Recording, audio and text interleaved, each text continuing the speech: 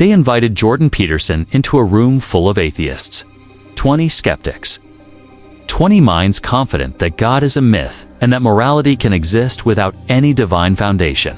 What happened next? Logic slowly dismantled their confidence, not because Peterson preached, but because the questions he raised exposed a void no one wanted to admit existed. Welcome to Rebuttal, where we expose collapsing arguments with clarity and reason. Glad to have you here. Let's dive right into what happened, and more importantly, why it matters for anyone who thinks morality, meaning, or consciousness can survive in a universe without God. The debate began with a familiar tone. We don't need God to be good people. It's the most popular atheist claim today. Morality, they say, evolves naturally. It's biological, social, built for survival. But if you push just a little deeper, this statement begins to unravel. If morality is just evolution's way of helping us survive, then is it truly moral or just useful? Because if survival is the standard, then whatever helps a society persist becomes good by default. That would mean genocides could be justified if they lead to a more stable society. That's not hypothetical. That's history. Atheist regimes like Stalin's Soviet Union or Mao's China eliminated millions in the name of stability, progress, or revolution. No God, just man-made ethics. And that's the trap Peterson carefully highlighted. Without a higher moral anchor, how do you call something wrong, objectively wrong? Not just wrong because it feels bad or looks bad to you personally. The atheists in the room kept trying to define good as whatever reduces harm. But harm is subjective too. Who decides what counts as harm? A soldier sees war as sacrifice. A pacifist sees it as mass murder. Which is right? This is where logic collapses their argument. If morality is reduced to preference, then no act is universally evil. Not slavery, not torture, not child abuse. If a society collectively decides it's acceptable, if it reduces their version of harm, then who are we to say otherwise? Without an absolute moral source, evil becomes just another opinion. One of the atheist participants said, "I don't need a God to tell me murder is wrong." But that's not the point. The question isn't whether you feel it's wrong. The question is whether it is wrong regardless of your feeling. Even psychopaths feel their actions are justified. So how do you ground moral laws in a universe made of atoms and blind physics? That's when Peterson, though not always direct, pushed them toward a profound reality. The belief in universal moral truth implies something beyond man. A source, a standard, something unchanging.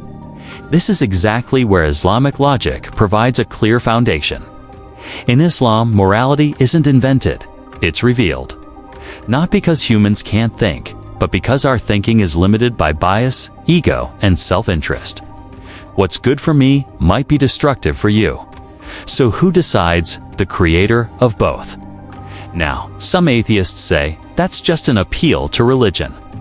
No, it's an appeal to metaphysical necessity. If objective morality exists, then something beyond nature must ground it. Nature alone can't tell you, "Thou shalt not kill." It can only show you that killing happens like every predator in the wild. Another point that exposed the fragility of the atheist worldview was the question of meaning. One of the participants said, "We create our own purpose."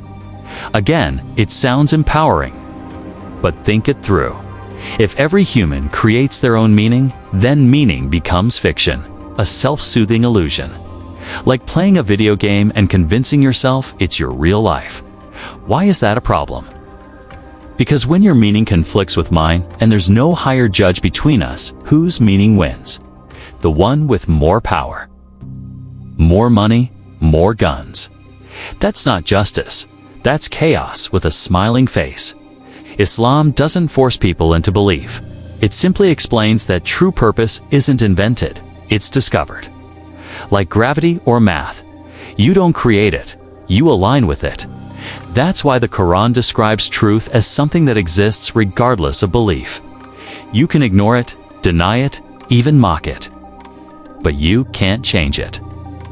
Back in the debate, the atheists tried one last lifeline. We can just be decent human beings. And again, what does decent mean? Decent by whose standard? Nazi soldiers thought they were doing their duty. Slave traders thought they were protecting economies. Every human atrocity in history has been justified by someone calling it decent. This is why morality needs more than intention. It needs revelation. It needs clarity. It needs a source that doesn't evolve with fashion or ideology. Islam provides exactly that. Not blind rules, but moral laws built on purpose, knowledge, and justice. Some atheists in the room got frustrated. They accused Peterson of being vague. In truth, he was doing what philosophers do, pointing to the limits of language when divorced from meaning. But where philosophy ends, revelation begins.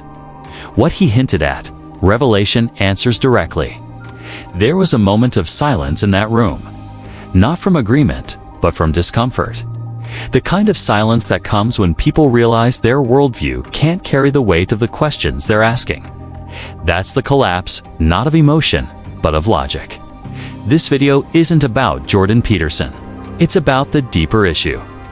Atheism, when pushed to its logical end, can't explain morality, can't ground meaning, and can't account for why anything really matters.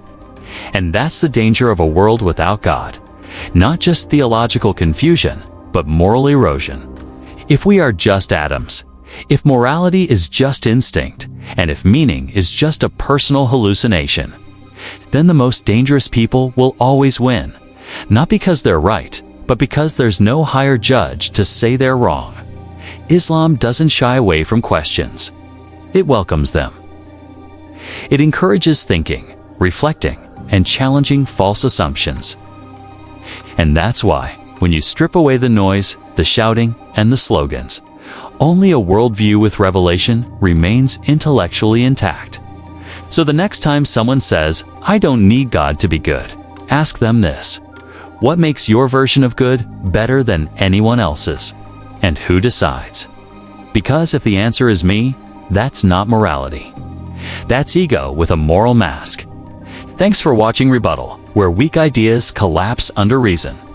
Subscribe, reflect, and remember, the truth doesn't fear questions. Only lies do.